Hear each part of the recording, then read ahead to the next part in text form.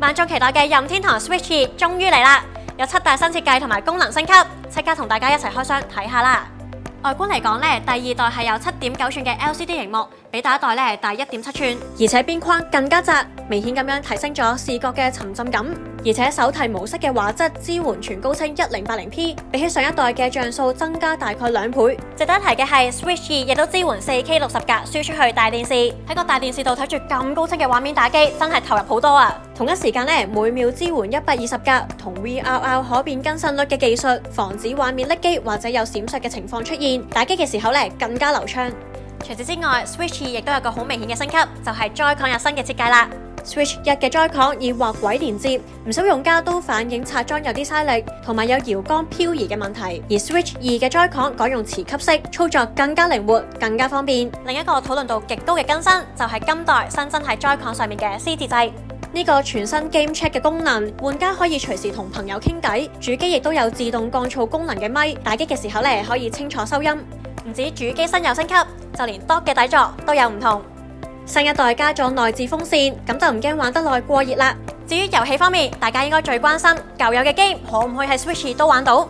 官方表示，部分遊戲好似 Pokemon Legends 都可以兼容喺新舊機一齊玩，又或者好似某部分薩爾達傳說系列咁，會免費提供升級嘅方案，俾玩家下載喺 Switch 2都玩到。當然，官方亦都有推出一系列全新嘅 Switch 2專屬遊戲，其中馬里歐賽車世界可以話係今次嘅主打 game 之一。講咗咁耐，就等我哋實測下 Switch 2玩起上嚟係點樣啦。同之前嘅 Mario Kart 相比，今次新系統提供開放世界嘅玩法，即係所有賽道都融入咗一個無縫連接嘅空間玩。另外仲加入咗全新淘汰賽模式，一次過最多可以同24個玩家同時連線競技，絕對夠晒刺激。喺 Switch 2度玩，就算咁多人連線，畫面依然非常之流暢，勁順，唔會有窒機嘅情況。用埋額外買嘅攝影機，仲可以影住自己同朋友個樣，去埋背變 icon， 玩起上嚟更加投入啦。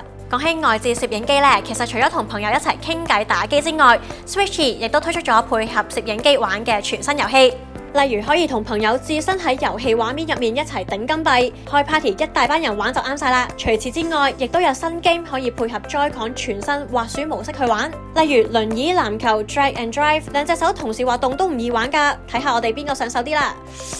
哇，真係好唔慣啊！其實都幾 smooth 嘅。至於儲存嗰方面呢 Switch 2由上一代淨係得32GB，直接提升咗8倍去256GB。咁 download game 呢就唔使就住啦。照樣支援外置記憶卡，不過留意淨係可以用 microSD Express 規格嘅記憶卡。Switch 2雖然有5220mAh 大電池，但係因為整體嘅性能提升，續航大概2個鐘至2個半鐘。不過新設計有雙 USB 同 Type C 頭，可以邊叉電邊打機，桌面模式都做到。